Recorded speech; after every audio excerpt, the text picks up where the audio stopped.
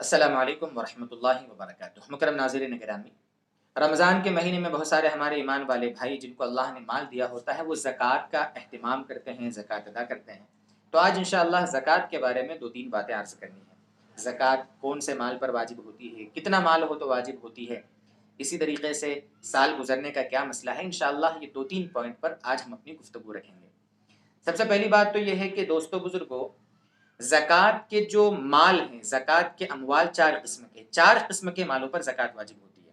پہلے تو ایک نقدی روپیہ پیسہ ہو، دوسرا کتنا ہو میں بتا رہا ہوں ابھی، نقدی روپیہ پیسہ ہو، سونا ہو، چاندی ہو یا مال تجارت ہو، بزنس پرپس جو بھی ہم سامان خریدتے ہیں، یہ چار سامان، نقدی روپیہ پیسہ جو بھی ہو، سونا، چاندی اور اموال تجارت، یہ چار قسم کے مال ہیں جن پر زکوٰۃ واجب ہوتی ہے۔ ان چار قسم کے سوا اگر کوئی مال ہے ہمارے گھر میں ضرورت سے زائد بھی ہو تو اس پہ زکوٰۃ واجب نہیں ہوتی، اس کا دھیان رکھیں پہلی بات۔ یہ چار قسم کے مال بھی کتنے ہوں جب زکوٰۃ واجب ہوگی، نصاب کیا ہے؟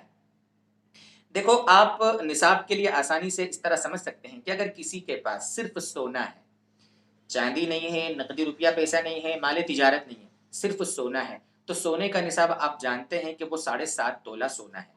پہلے زمانے میں تولہ 12.25 گرام کا ہوتا تھا، آج کے زمانے میں 10 گرام کا ہوتا ہے۔ تو یہ 7.5 تولہ سونا جو ہے، 7.5 تولہ، یہ پہلے زمانے کے تولے کے حساب سے آج اگر اس کو ہم جو ابھی گرام چلتے ہیں اس میں کنورٹ کرتے ہیں تو تقریباً 87 گرام کے اوپر کچھ بیٹھے گا، 87.5 گرام تقریباً سمجھ لو آپ۔ تو اگر کسی خاتون کے پاس صرف سونا ہے، چاندی کا ایک ذرا سا تار بھی نہیں ہے، نہ نقدی روپیہ پیسہ ہے اس کے پاس، صرف سونا ہے، تو اس پر زکوٰۃ اس وقت واجب ہوگی جب کہ وہ سونا تقریباً 7.5 تولہ ہو، یا کہہ لو 87.5 گرام ہو، تب جا کر اس کے اوپر زکوٰۃ واجب ہوگی۔ اور اگر 2 3 4 5 تولہ ہے، ساتھ میں چاندی نہیں ہے، نقدی روپیہ پیسہ نہیں ہے، تو اس پر زکوٰۃ واجب نہیں ہوگی۔ یہ تو پہلا مسئلہ ہوا۔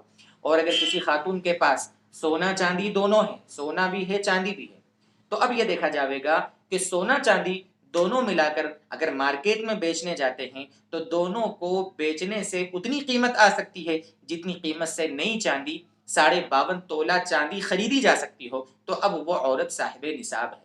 سونا چاندی دونوں ہوتے ہیں تو اب چاندی کا اعتبار کیا جاتا ہے، چاندی کا نصاب معتبر سمجھا جاتا ہے۔ اس حساب سے اب اس عورت پر زکوٰۃ کب واجب ہوگی؟ جب وہ دونوں ملا کر چاندی 612 گرام، اگر آج کے حساب سے اگر 52.5 تولہ کو ہم کنورٹ کریں گرام سے تو 612 گرام چاندی جتنے میں خریدی جا سکتی ہو نہیں، اگر اتنی قیمت کا سونا چاندی دونوں ملا کر ہے تو زکوٰۃ واجب ہوگی۔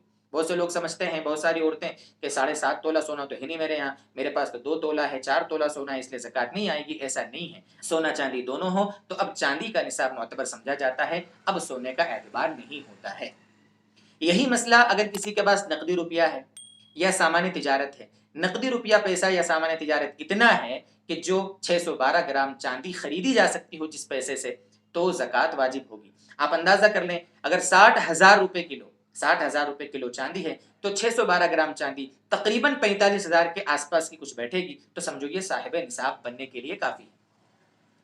اب اگر کوئی ایسی عورت ہے یا ایسا مرد ہے جس کے پاس نقدی روپیہ بھی ہے، سونا بھی ہے، چاندی بھی ہے، مالک ہے، وہ مرد مالک ہے سونے کا، چاندی کا، نقدی روپیے پیسے کا یا سامان تجارت کا، اور چاروں ملا کر اگر نصاب کے برابر ہے تو زکوٰۃ آئے گی، چاروں ملا کر۔ اور اگر کوئی ایک چیز ہے یا دو چیز ہے اور وہ دونوں نصاب کے برابر نہیں ہے، 45,000 سے کم بیٹھتی ہے، تو زکوٰۃ اس پر واجب نہیں ہوگی۔ یہ نصاب کو سمجھنے کے لیے ایک آپ کو بنیادی بات بتائیے، اپنے اپنے حساب سے اپنے علاقے میں آپ بھاؤ دیکھ کر سونے چاندی کا اس کے حساب سے آپ فیصلہ کر سکتے ہیں۔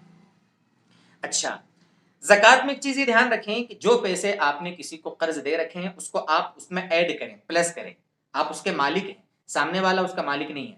ہاں، اگر کسی سے آپ نے قرض لے رکھا ہے تو اس کو مائنس کریں، اس لیے کہ اس کا مالک وہ ہے جس سے آپ نے قرض لیا ہے، آپ اس کے مالک نہیں ہو۔ جو کسی پر ہمارے پیسے آ رہے ہیں ان کو ایڈ کرو، جو کسی کے ہمارے اوپر آ رہے ہیں، ہمارے اوپر، ان کو مائنس کر دو، اور اس کے بعد جو بچے اس کا آپ 40واں حصہ یعنی 2.5% زکوٰۃ میں دے دو۔ ایک چیز یہ بھی ذہن میں رکھیں کہ زکوٰۃ کے واجب ہونے کے لیے سال گزرنا ضروری ہوا جانتے ہیں آپ، لیکن یہ جو سرکولیشن آپ کا چلتا ہے، آپ 10 تاریخ کو، 15 تاریخ کو، رمضان کی 20 تاریخ کو نکالتے ہیں، تو اس تاریخ کو حساب کریں اور ہر مال پر سال گزرنا نہ دیکھیں۔ آپ نے پچھلے سال 10 رمضان کو زکوٰۃ نکالی تھی، آج 10 رمضان کو آپ حساب کر رہے ہیں، 20 رمضان کو حساب کر رہے ہیں، تو درمیان میں اگر مال بڑھے یا گھٹے تو ابھی آپ کے پاس کتنا مال ہے اس کی زکوٰۃ دینا ہے آپ کو. درمیان میں اگر مال بڑا مہینے 2 مہینے پہلے آپ کے پاس پیسے زیادہ آ گئے تو آپ کو اس کی بھی زکوٰۃ دینا ہے. ایسا نہیں کہ اس پہ تو سال گزرا نہیں اس لیے میں اس کی زکوٰۃ کیوں دوں، ایسا نہیں کر سکتے آپ. یہ کل زکوٰۃ کے بارے میں بنیادی باتیں تھیں نصاب کے اعتبار سے، موٹی موٹی باتیں. اب اپنے حساب سے اس کو سمجھ لیں. اللہ تعالی ہمیں اور سمجھائے اور زکوٰۃ جیسے فریضے کو اہتمام سے حساب کر کے ادا کرنے کی توفیق عطا فرمائے. وآخر دعوانا ان الحمد للہ رب العالمین.